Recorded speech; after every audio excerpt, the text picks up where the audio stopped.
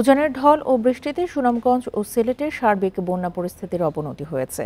পানি উন্নয়ন বোর্ড জানিয়েছে পাহাড়ি ঢল আরও ২৪ ঘন্টা অব্যাহত থাকবে। সুনামগঞ্জ জেলায় অন্তত ২০০ গ্রামের মানুষ নতুন করে পানিবন্দী। ছাতক ও দোয়ারা বাজার উপজেলার বন্যা পরিস্থিতি মঙ্গলবার সন্ধ্যা থেকে অবনতির দিকে। শহরের পানি কমলেও বিভিন্ন আবাসিক এলাকা এখনও তলিয়ে আছে। বর্তমানে সুরমা নদীর পানি সুনামগঞ্জ পয়েন্টের বিপদসীমার ৪০ সেন্টিমিটার ও সিলেট পয়েন্টে ১৪ সেন্টিমিটার ওপর দিয়ে প্রবাহিত হচ্ছে। এছাড়া কুশিয়ারা, সারি গোয়াইন নদীর পানিও বিপদসীমার উপরে বইছে। মঙ্গলবার পর্যন্ত সিলেটে ১৩২৩টি গ্রাম প্লাবিত হয়ে ৬,৭৫,০০০ মানুষ বন্যা কবলিত হয়েছে। এর মধ্যে সিলেট মহানগরের ২১টি ওয়ার্ডে প্রায় ৫০,০০০ মানুষ পানিবন্দী। সুনামগঞ্জে বিভিন্ন আশ্রয় কেন্দ্রে প্রায় ৫,০০০ ও সিলেটে ২,৮০০ মানুষ আশ্রয় নিয়েছে। এদিকে সিলেট ও সুনামগঞ্জের সকল পর্যটন কেন্দ্র বন্ধ ঘোষণা করেছে জেলা প্রশাসন।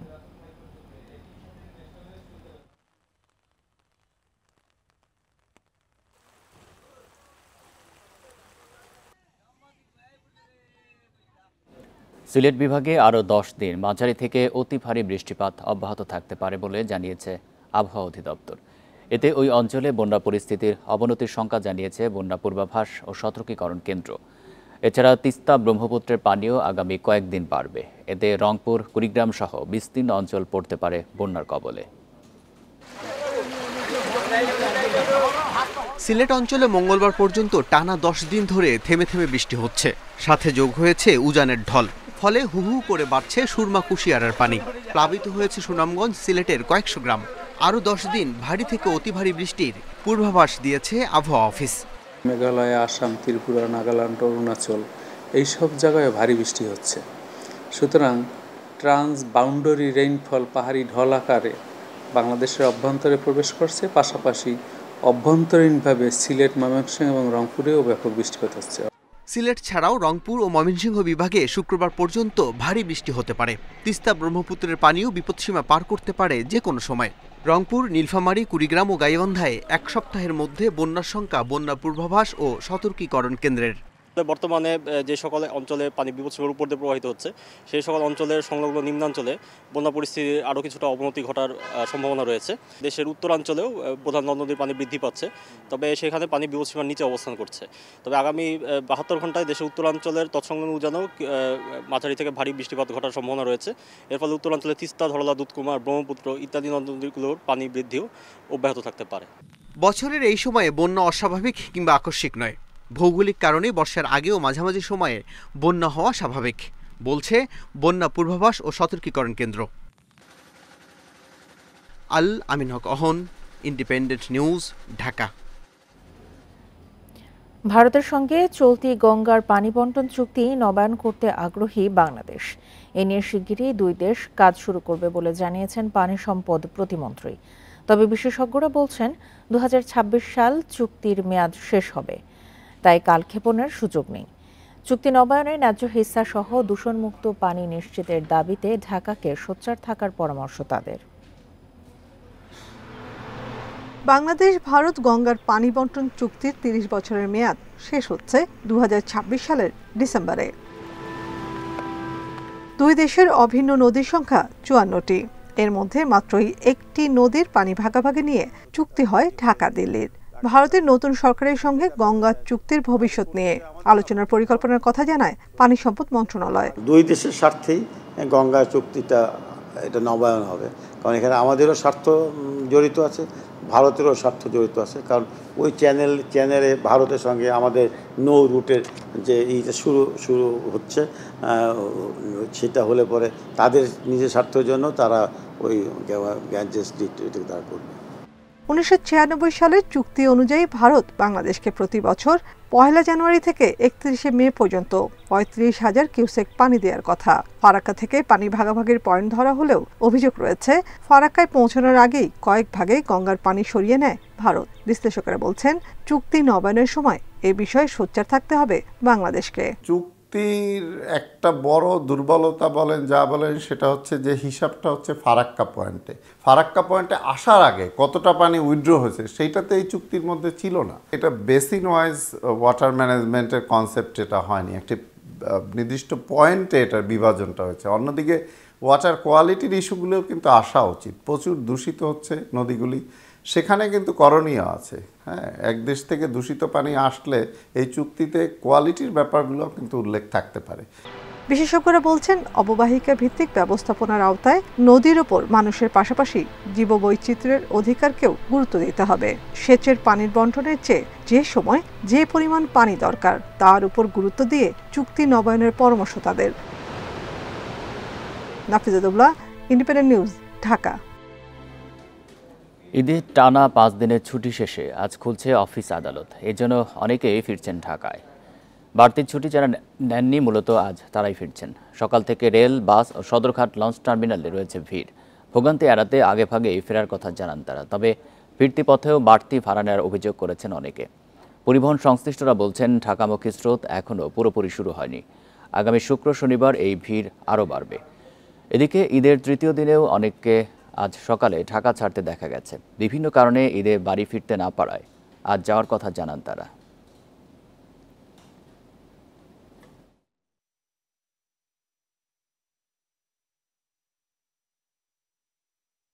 লঞ্চে আসছে, খুবই ভালো লাগছে, মনে হয় একটা আনন্দ করে আসলাম এরকম লাগে।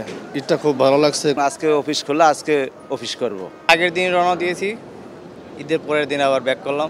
এখন 350 টাকা বাড়াইছে, তার সাথে তো পদ্মা সেতুই ভালো আছে।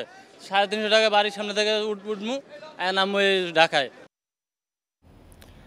ঈদের ছুটির শেষে আজ খুলছে দেশের সরকারি, আধা সরকারি, স্বায়ত্তশাসিত প্রতিষ্ঠান। দীর্ঘদিন ধরে চলা অফিসের সময়ও বদলে যাচ্ছে আজ থেকে। নতুন অফিস সময় সকাল 9টা থেকে বিকেল 5টা পর্যন্ত। চলতি মাসে মন্ত্রিসভার বৈঠকে হয় এই সিদ্ধান্ত। এরপর তা প্রজ্ঞাপন আকারে জারি করে জনপ্রশাসন মন্ত্রণালয়।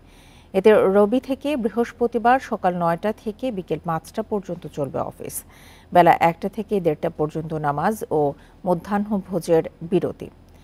সাপ্তাহিক ছুটি যথারীতি শুক্র ও শনিবার। এছাড়া ব্যাংক, বিমা ও অন্যান্য আর্থিক প্রতিষ্ঠানের লেনদেনের সময় 3:30টা থেকে বাড়িয়ে 4টা পর্যন্ত করা হয়েছে।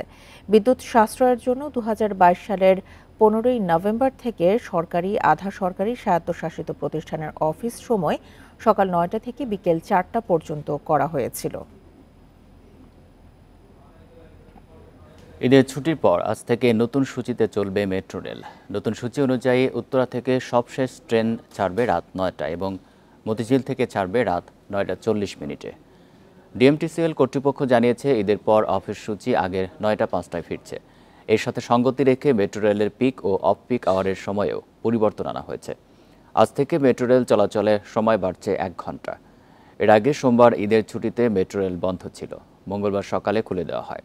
বর্তমানে রাত 8টা 40 মিনিটে মতিঝিল থেকে এবং উত্তরা থেকে সবশেষ ট্রেন ছাড়ে রাত 8টায়।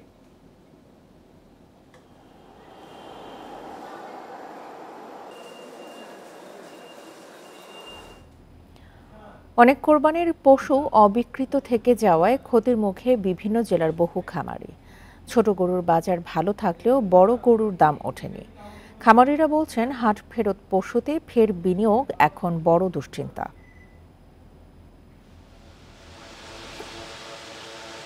2000 কেজি ওজনের ফ্রিজিয়ান জাতের এই ষাঁড়টি ঢাকার হাটে তোলা হলেও বিক্রি হয়নি। কাঙ্ক্ষিত দাম না ওঠায় হতাশ ময়মনসিংহের ত্রিশালের খামারি জাকির হোসেন। পাবনায় বহু গরু অবিকৃত থেকে গেছে, বিশেষ করে বড় গরু বিক্রি হয়নি। গোখাদ্যের দাম বাড়ায় এসব গরুর পেছনে আরও বিনিয়োগ করা নিয়ে দুশ্চিন্তায় খামারিরা। 34 মণ ওজন হয়েছে, বিষয় হচ্ছে যে টাকা বলেছে 8 লাখ, এই খরচই হয়েছে মনে হয় 15 লাখ টাকা। আমি আশা করেছিলাম যে এই কোরবানির ঈদে আমি বিক্রি করব, কিন্তু বিক্রি করা হলো না। জয়পুরহাটে অর্ধেকের বেশি কোরবানি পশু বিক্রি হয়নি বলে দাবি খামারিদের। লক্ষ্মীপুরে প্রায় 5000 গরু অবিকৃত থেকে গেছে। পশুপালনে যে খরচ হয়েছে সেই দাম না মেলায় চাঁদপুরেও হাট থেকে ফিরে আনা হয়েছে বহু গরু। 1 কোটি টাকার বিজনেস, 1 কোটি টাকার বিজনেসের মধ্যে 47টা গরু ছিল, 40টা গরু বিক্রি করে 30 লাখ টাকা লস, আরো 60টা গরু রয়ে গেছে আবার ঘরে। এবার সম্পূর্ণ খরচা দিয়ে এবার আমার 6 লাখের উপর খরচা হয়ে গেছে, কিন্তু দাম করে এবার হলো মনে করেন যে হলো 4,70,000 80,000।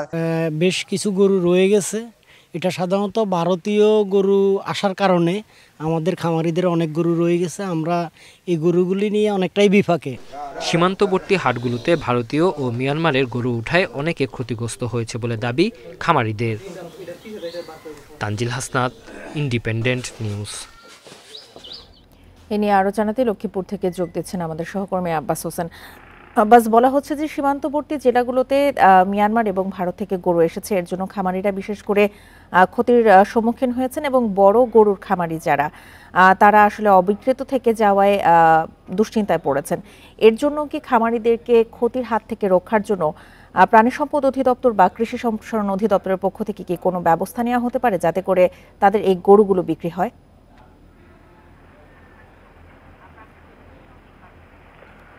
আসলে এবারের কোরবানির যে লক্ষ্মীপুরে যে চাহিদা ছিল প্রায় ৭৫,০০০ পশু, এর মধ্যে কিন্তু যে পশু আরো বেশি যে রয়ে গেছে এমনটি এখানকার যারা খামারিরা তারা আমাদেরকে জানিয়েছেন। যেমন আমি লক্ষ্মীপুর সদর উপজেলার বালাসপুর এলাকার যে আদর্শ খামার রয়েছে সেখানে যিনি মালিক রয়েছেন ফারুকুর রহমান, তার সাথে আমার কথা হয়েছে। তিনি বলছেন তারা দীর্ঘদিন ধরে প্রায় 2 শতাধিক গরু লালন পালন করেছেন। এবারের ঈদে তাদের প্রায় যে বেশিরভাগ গরু বিক্রি হলো, কিন্তু প্রায় 20টি গরু তারা কিন্তু অবিকৃত রয়ে গেছেন। অর্থাৎ এই গরুগুলো বিক্রি করতে না পারার কারণে তারা কিন্তু অনেকে ক্ষতির মুখে পড়েছেন। পাশাপাশি যে গরুগুলো বিক্রি হয়েছে তা সেগুলো কিন্তু দাম যে কাঙ্ক্ষিত দাম সেটি পায় না বলে তারা জানিয়েছেন। তারা বলছেন দ্রুত সময়ের যে অন্যান্য যে খামারগুলো রয়েছে সেখানেও কিন্তু 2-4টা গরু করে প্রত্যেকটি খামারে রয়ে গেছে। এখানে খামারের সংখ্যা প্রায় লক্ষ্মীপুর জেলায় 2,500। তো এভাবে কিন্তু প্রায় 5,000 পশু অবিকৃত রয়ে গেছে বলে এখানকার খামারি আমাদেরকে জানিয়েছেন। তবে আমি এই বিষয়ে কথা বলছি এখানকার প্রাণী সম্পদ বিভাগে যিনি উপপরিচালক রয়েছেন ডাক্তার কুমির রঞ্জন মিত্র, তার সাথে তিনি বলছেন যে আসলে চাহিদার তুলনায় পশু বেশি হওয়ার কারণে অনেক গরু অবিকৃত রয়েছে। তবে এসব বিষয়ে তাদেরকে যে খামারিদেরকে পরামর্শ দেওয়া হচ্ছে যেন বিভিন্ন উৎসবে যেন এই গরুগুলো বিক্রি করা যায় সে ধরনের পরামর্শ দেওয়া হয়েছে। পাশাপাশি যেন ক্ষতি পুষি নিতে নেওয়া যায় সে ধরনের যে পরামর্শ দিচ্ছেন খামারিদেরকে, যেন তারা দ্রুত সময়ের মধ্যে এই পশুগুলা তারা অন্যত্র বিক্রি করতে পারে সে ধরনের ব্যবস্থা নেওয়ার কথা বলছেন পশু সম্পদ বিভাগ থেকে। তবে এখানকার যে খামারিরা রয়েছেন আমি অনেকের সাথে কথা বলেছি, তারা বলছেন যদি এইভাবে এই কাঙ্ক্ষিত দাম না পাওয়ার কারণে তারা বিভিন্ন হাটে নিয়েও পশুগুলো বিক্রি করতে না পারায় তারা নিয়ে যে খামারে নিয়ে আসতে বাধ্য হয়েছে। এতে আগামী যে কোরবান, যদি সে কোরবান পর্যন্ত এই পশুগুলো রাখা হয় তাহলে প্রত্যেকটি গরুতে কিন্তু তাদের এই যে খরচ সেটি প্রতি মাসে যদি 10,000 করে খরচ পড়ে তাহলে প্রায় 1 লাখ টাকার কাছাকাছি খরচ পড়ে যায় এমনটি তারা বলছেন। এতে করে তারা লোকসানের মুখে পড়ছে। তো দ্রুত সময়ের মধ্যে যারা পশুগুলো বিক্রি করতে পারে সে ধরনের ব্যবস্থা নেওয়ার আহ্বান জানিয়েছেন খামারিরা। লক্ষ্মীপুর থেকে জানাচ্ছিলেন আমাদের সহকর্মী আব্বাস হোসেন। সাবেক ডিএমপি কমিশনার আসাদুজ্জামান মিয়ার বিরুদ্ধে ওঠা অভিযোগ নিয়ে তদন্তের আগে মন্তব্য সমীচীন নয় বলে মনে করেন আওয়ামী লীগ সাধারণ সম্পাদক ওবায়দুল কাদের। তবে দুর্নীতির বিরুদ্ধে সরকারের জিরো টলারেন্স নীতির কথা আবারও সামনে আনেন তিনি। এছাড়া এবারে কোরবানি বেশি হয়েছে এবং মানুষ স্বস্তিতে ঈদ করেছে বলেও দাবি তার।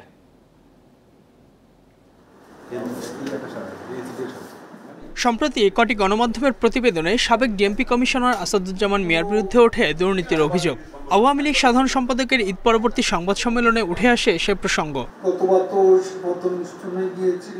এটি সরকারের ব্যর্থতা কিনা এমন প্রশ্নে সাংবাদিকদের ওবায়দুল কাদের জানান, তদন্ত হওয়ার আগে এ নিয়ে মন্তব্য ঠিক হবে না। যার বিরুদ্ধে তদন্ত হয়নি, দুর্নীতির কোনো অভিযোগ এটা চিহ্নিত হয়নি, সেখানে সরকার অন্ধকারে ঢিল ছুঁড়বে কেন? এছাড়া মূল্যস্ফীতির কারণে দেশের বেশিরভাগ মানুষ ঈদ আনন্দ বঞ্চিত। বিএনপি নেতাদের এমন অভিযোগের সমালোচনাও করেন আওয়ামী লীগ সাধারণ সম্পাদক। সমস্যাটা বিএনপি আর ফখরুল সাহেবদের, মানুষের সমস্যা যেটা আমরা স্বীকার করি। পবিত্র ঈদের দিনও সরকারের বিরুদ্ধে মিথ্যাচার, অপপ্রচার বিএনপি ছাড়েনি কিছু। আর এবারের ঈদযাত্রা নির্বিঘ্ন হয়েছে উল্লেখ করে ফিরতি যাত্রায় দুর্ঘটনা বেশি হয় বলে জানান ওবায়দুল কাদের। বলেন তা রোধে এবার বাড়তি সতর্কতা নেওয়া হয়েছে। ফিরতি যাত্রা বেশি, তো এবার একটু মনোযোগ আছে। Ijazur Rahman, independent news, Dhaka. উজানের ঢল এবং বৃষ্টিতে সুনামগঞ্জ এবং সিলেটের সার্বিক বন্যা পরিস্থিতির অবনতি হয়েছে। এই বিষয়ে জানাতে সুনামগঞ্জ থেকে যোগ দিচ্ছেন আমাদের সহকর্মী জাকির হোসেন। জাকির, বলা হচ্ছে যে আগামী 24 ঘন্টায় এই অবস্থা অব্যাহত থাকবে। এই মুহূর্তে সুনামগঞ্জের পরিস্থিতি কেমন দেখছেন? আমরা দেখছি যে সুনামগঞ্জ জেলায় অন্তত 200টি গ্রামের মানুষ নতুন করে আবার পানিবন্দী হয়েছে। সেখানকার সবশেষ তথ্য নিয়ে জানাবেন আমাদের।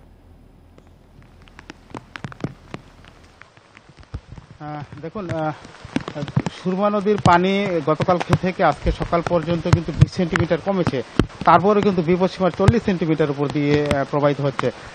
যদিও পানি কমেছে সুরমা নদীর, কিন্তু নতুন নতুন এলাকা প্লাবিত হচ্ছে। যেমন আমি যদি সুনামগঞ্জ পৌর শহরের কথা যদি বলি, সুনামগঞ্জ পৌর শহরে কিন্তু আজকে সকাল থেকে আমরা দেখেছি আরো অন্তত 5টি আবাসিক এলাকায় পানি প্রবেশ করছে, মানুষের বাসাবাড়িতে পানি প্রবেশ করেছে।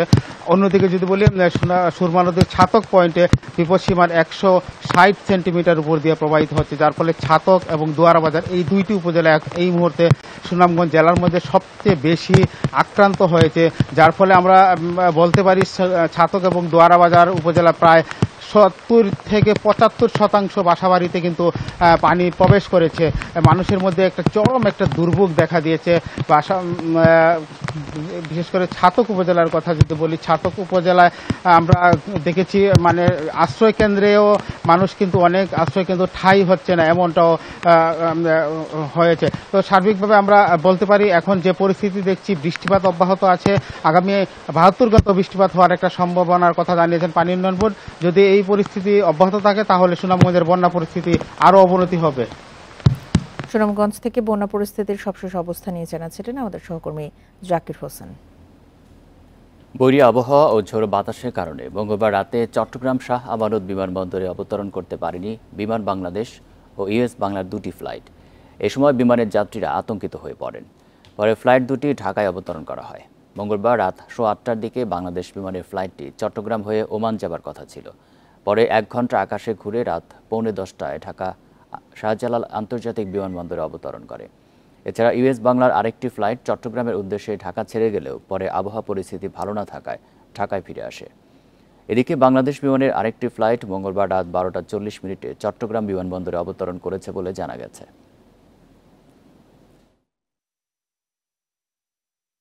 যেটা যাচ্ছিল সেটা 8:10 রওনা দিচ্ছিল, সেটা 9টার পরে ব্যাক করে চলে আসছে, নামতে পারে নাই। আর আরেকটা ফ্লাইট যেটা 619 ওটা 10টায় ছাড়ার কথা ছিল, সেই ফ্লাইটটা ওই ওয়েদারের জন্য ও ওয়েট করতেছে, ও যায় নাই। নীলফামারীর ডিমলায় 30 জন সুবিধাভোগীকে মৃত্যু ও নিরুদ্দেশ দেখিয়ে বয়স্ক ভাতা বন্ধ করে দিয়েছে উপজেলা সমাজসেবা অফিস। যাচাই বাছাই না করে ভাতা বন্ধ করায় কষ্টে দিন কাটছে এসব মানুষের। তবে সমাজসেবা কর্মকর্তার দাবি, ইউনিয়ন পরিষদ চেয়ারম্যানের দেয়া প্রত্যয়নের ভিত্তিতেই তা বন্ধ করা হয়েছে, যদিও তা অস্বীকার করছেন অভিযুক্ত জনপ্রতিনিধিরা। নীলফামারীর ডিমলা উপজেলার বাবুরহাটে রওশনারা বেগম ৭৭ বছর বয়সী এই বৃদ্ধা 6 বছর ধরে বয়স্ক ভাতা পেয়ে আসছিলেন। হঠাৎ 1 বছর ধরে তা বন্ধ। 2023 সালের 21 জানুয়ারি রওশনারাকে ক্যান্সারে মৃত বলে প্রত্যয়নপত্র দিয়েছেন ইউনিয়ন পরিষদ চেয়ারম্যান। তা আমি কয়বার গেছিলাম অফিস, তা অফিসে তো মৃত্যু দেখায়। তখন আমি কাউন্সিল গেছি, কাউন্সিলর থেকে কার্ড বাছাই করছিল, কার্ডও তো ওই সাথী কয়েছে তোমার মৃত্যু দেখাচ্ছে, এই কার্ডের কোনো দিনও আর কোনো পাবেন না। রওশনারার মতো আরও 30 জনকে কাগজে কলমে মৃত কিংবা নিরুদ্দেশ দেখিয়ে তাদের কার্ড বাতিল করা হয়েছে। প্রত্যয়ন দেওয়া হয়েছে খালিশাচাপানি ইউনিয়নের হামিদুল ও আজিরন বেওয়ার নামে, যদিও তা অস্বীকার করেছেন ইউপি চেয়ারম্যান শহীদুজ্জামান সরকার। তারা আমাদেরকেও অভিযোগ দিছে, আমাকেও অভিযোগ দিছে, তাদেরকে কোনো সময়ও মৃত্যু সনদ দেওয়া হয় নাই। এই বিষয়গুলো তাদের ভাতা কেন বন্ধ হইল সমাজসেবা অধিদপ্তরকে জানানো হয়েছে। তবে ডিমলা ইউনিয়ন পরিষদ চেয়ারম্যানের অভিযোগ সমাজসেবা কর্মকর্তার বিরুদ্ধে। এটা সম্পূর্ণ করলো তো মনে করেন যে আমাদের সমাজসেবা অফিসার, উনি কীভাবে তালিকা দিয়ে আমাদেরকে পাঠিয়ে দিলেন যে এগুলো নাই মৃত্যু, এগুলো সার্টিফিকেট দেন। উপজেলা সমাজসেবা কর্মকর্তার দাবি, চেয়ারম্যানদের প্রত্যয়নের ভিত্তিতে কাজ করেছেন তিনি। যারা মারা গিয়েছে চেয়ারম্যানরা তাদের মৃত্যু সনদ আমাদেরকে দিয়েছেন, যারা নিরুদ্দেশ তাদেরকে আমাদেরকে প্রতিবেদন দিয়েছেন যে এনারা নিরুদ্দেশ, তারপরে আমরা তাদের ভাতা বন্ধ রেখেছি। বিষয়টি নিয়ে জানতে চাইলে তদন্ত করে ব্যবস্থা নেওয়ার আশ্বাস দিয়েছেন জেলা প্রশাসক। কী কারণে বাদ করেছে সেটি তদন্ত করে দেখব অবশ্যই, এবং যদি মূলত প্রাপ্যকেও বাদ পড়ে থাকে দ্রুত যাতে তারা এই ভাতার আওতায় আবার চলে আসে, আমরা সে বিষয়ে ব্যবস্থা করব। ডিমলা উপজেলায় সামাজিক নিরাপত্তা কর্মসূচির সুবিধাভোগীর সংখ্যা 26,230 জন। এদের মধ্যে 12,185 জন বয়স্ক ভাতার জন্য তালিকাভুক্ত। Mahmud Al Hasan, independent news, Nilphamari. শরীয়তপুরের চরাঞ্চলে রাসেলস ভাইপার সহ নানা বিষধর সাপের উপদ্রব বেড়েছে। সাপের আতঙ্কে স্বাভাবিক জীবন ব্যাহত হচ্ছে স্থানীয়দের। গত 2 মাসে সাপের ছোবলে আহত হয়েছেন প্রায় 150 জন। সাপে কাটলে ওঝার কাছে না গিয়ে হাসপাতালে যাওয়ার পরামর্শ চিকিৎসকদের। গত 4 জুন সখীপুরের সরকারকান্দি গ্রামে ধরা পড়ে বিষধর রাসেল ভাইপার। এর পরের 1 সপ্তাহে ধরা পড়ে আরও 3টি। এছাড়াও গোখরা সাপ সহ বিভিন্ন বিষধর সাপের আনাগোনা বেড়েছে শরীয়তপুরের চরাঞ্চলে। ঝোপঝাড়, কৃষিজমি, এমনকি বসত বাড়িতেও দেখা মিলছে বিষধর সাপের। কোথাও মিলছে সাপের ডিম। গত 2 মাসে সাপের ছোবলে 143 জন আহত হয়েছেন, এর মধ্যে মারা গেছেন 4 জন। অনেক মানুষেরা কামড়াইছে, কিছু সুস্থ হয়েছে, কিছু মারা গেছে। তো এই বছর একটু সাপের উৎপাতটা একটু বেশি দেখা যাচ্ছে। আমরা কৃষিকাজ করি, আমরা সাপের ভয়ে চকে নামতে পারি না, জমি জমা যাইতে পারি না। সাপের উপদ্রব থেকে বাঁচতে সাপুরের কাছে ছুটছেন অনেকেই। সাপে কাটলে এখনও অনেকের ভরসা ওঝা। যদি কাউরে সাপে কামড় দেয় তাহলে ওই ক্ষেত্রে আমাদের নড়িয়াতে বা বেদেরগঞ্জ বা মলফুতগঞ্জে যাওয়া লাগে। সাপে কাটা রুগী যেটা দেখি যে জাতি সাপে বা আপনার রাসেল ভাইপার কামড় দিচ্ছে, ওইটা আমরা পাঠাই দিই লগে লগে। জেলায় অ্যান্টিভেনম সরবরাহ বাড়ানো হয়েছে উল্লেখ করে সাপে কাটলেই হাসপাতালে নেওয়ার পরামর্শ সিভিল সার্জনের। যে সাপগুলো কামড়াচ্ছে তাদের কিন্তু অ্যান্টিভেনম আমাদের কাছে আছে। তো এখন পেশেন্ট যদি আক্রান্ত হয় দ্রুত সময় হাসপাতালে আসে, আমরা অ্যান্টিভেনমের মাধ্যমে কিন্তু এই রোগীগুলোকে সুস্থ করতে সক্ষম। গত 2 মাসে শরীয়তপুরের সখীপুর, বেদরগঞ্জ ও নড়িয়ায় শতাধিক গোখরা ও রাসেল ভাইপার সাপ পিটিয়ে বেড়েছে স্থানীয়রা। Independent news. সম্প্রতি দেশে বেড়েছে বিষধর রাসেলস ভাইপার বা চন্দ্রপুরো সাপের প্রাদুর্ভাব। আকার ও রঙে ভিন্নতা থাকলেও দেখতে অজগরের মতো। ক্ষিপ্র গতির এই সাপের ছোবলে ঘটতে পারে মৃত্যু। গবেষকরা বলছেন, নদীর পানিতে ভেসে রাসেলস ভাইপার দেশে ঢুকছে। চট্টগ্রাম মেডিকেল কলেজ হাসপাতালের ভ্যানম রিসার্চ সেন্টারে গোখরা, শঙ্খচূড়া সহ আরও অনেক সাপের সাথে আছে বিষধর রাসেলস ভাইপার বা চন্দ্রবোরা। 2 থেকে 3 হাত লম্বা এই সাপের চামড়ায় রয়েছে চাকচাক দাগ, যা দেখে অনেকে অজগর সাপ বলে ভুল করেন। গবেষকরা জানান, চোখের পলকে শিকারকে ছোবল দিতে পারে রাসেলস ভাইপার। দ্রুত চিকিৎসা না পেলে মৃত্যু হয় আক্রান্ত মানুষের। এদের বিষ সরাসরি কিডনিতে এফেক্ট করে, যার জন্য কিডনি বিকল হয়ে যায়। এদের বিষ এই যেখানে কামড় দেয় তার চারপাশে যে টিস্যুগুলি আছে এইগুলিতে বিষক্রিয়া করে। দেশে রাসেলস ভাইপারের আনাগোনা সম্প্রতি বেড়েছে। ধারণা করা হচ্ছে বর্ষায় ভারত থেকে বিভিন্ন নদীর পানিতে ভেসে আসছে এই সাপ। ভারতবর্ষের যে অংশটা আমাদের সাথে রাজশাহী অঞ্চলের সাথে লাগানো, ওই অঞ্চল থেকে বন্যার পানিতে বা নদীর স্রোতের সাথে গঙ্গা পদ্মা হয়ে এটা নেমে এসছে। অর্থাৎ পদ্মার উপরে এবং নিচে 2 দিকে গেছে। নিচে এটা গিয়ে ফরিদপুর অঞ্চল, বরিশাল অঞ্চল এই দিকে চলে গেছে, উপরের দিকে রাজশাহী এই অঞ্চলের এদিকে গেছে, যার জন্য এই অঞ্চলে আবার রাসেলস ভাইপার পাওয়া যাচ্ছে। গবেষকরা জানান, সাপ দেখলে নির্বিচারে হত্যা করছে মানুষ। এটি পরিবেশের জন্য ক্ষতিকর। অজগরের ক্ষেত্রে মানে অনিয়ত আকৃতির, কোনো রেগুলার কোনো শেপ নাই। আবার যেটা হচ্ছে স্যান্ডবোয়ার ক্ষেত্রেও এটা ইরেগুলার। কিন্তু রাসেলস ভাইপারের ক্ষেত্রে আরেকটা বিষয় হলো যে রাসেলস ভাইপারের মাথাটা হচ্ছে ত্রিকোণাকার অন্য সাপের ক্ষেত্রে, এবং এটা ছোট কম্পারেটিভলি। রাজশাহী, ময়মনসিংহ ও চাঁদপুর এলাকায় রাসেলস ভাইপারের প্রাদুর্ভাব সবচেয়ে বেশি। Independent news. ঈদের পরদিনও পরিবার, স্বজন, বন্ধুদের নিয়ে রাজধানীর বিভিন্ন পার্ক ও বিনোদন কেন্দ্রে ভিড় করেন নগরবাসী। আগের দিনের চেয়ে দর্শনার্থী তুলনামূলক বেশি দেখা যায়। এদিকে ঈদের নতুন সিনেমা দেখতে হলমুখী দর্শকদের ছিল উপচে পড়া ভিড়। শিশুদের কোলাহল আর ছোটাছুটিতে মুখরিত শ্যামলী ডিএনসিসি ওয়ান্ডারল্যান্ড। ঈদের ছুটিতে পরিবারের ছোট সদস্যদের নিয়ে এসেছেন অভিভাবকেরা। এখানে নিয়ে এসে বাচ্চা একটু বিনোদন পাচ্ছে, নিজেও একটু সময় দিতেছি বাচ্চাদের। বাচ্চাও খুব আনন্দ পেয়েছে, ও তো বারবার বলতেছে এখানে উঠবো এখানে উঠবো, খুবই ভালো লাগছে। বাচ্চাদের জন্য অনেক ভালো, অনেক রাইড আছে, ভালোই লাগে। খোলা আকাশের নিচে বিভিন্ন রাইডে চড়ে শিশুরা। যানজটের শহরে সবসময় শিশুদের নিয়ে বের হওয়া যায় না বলে একসাথে সময় কাটানোর সুযোগ হাতছাড়া করছেন না অভিভাবকেরা। ওটা উঠেছি, তারপর আরো তিনটা রাইডে উঠেছি, নাগরদোলনাতে, প্লেনে, সরকিতে,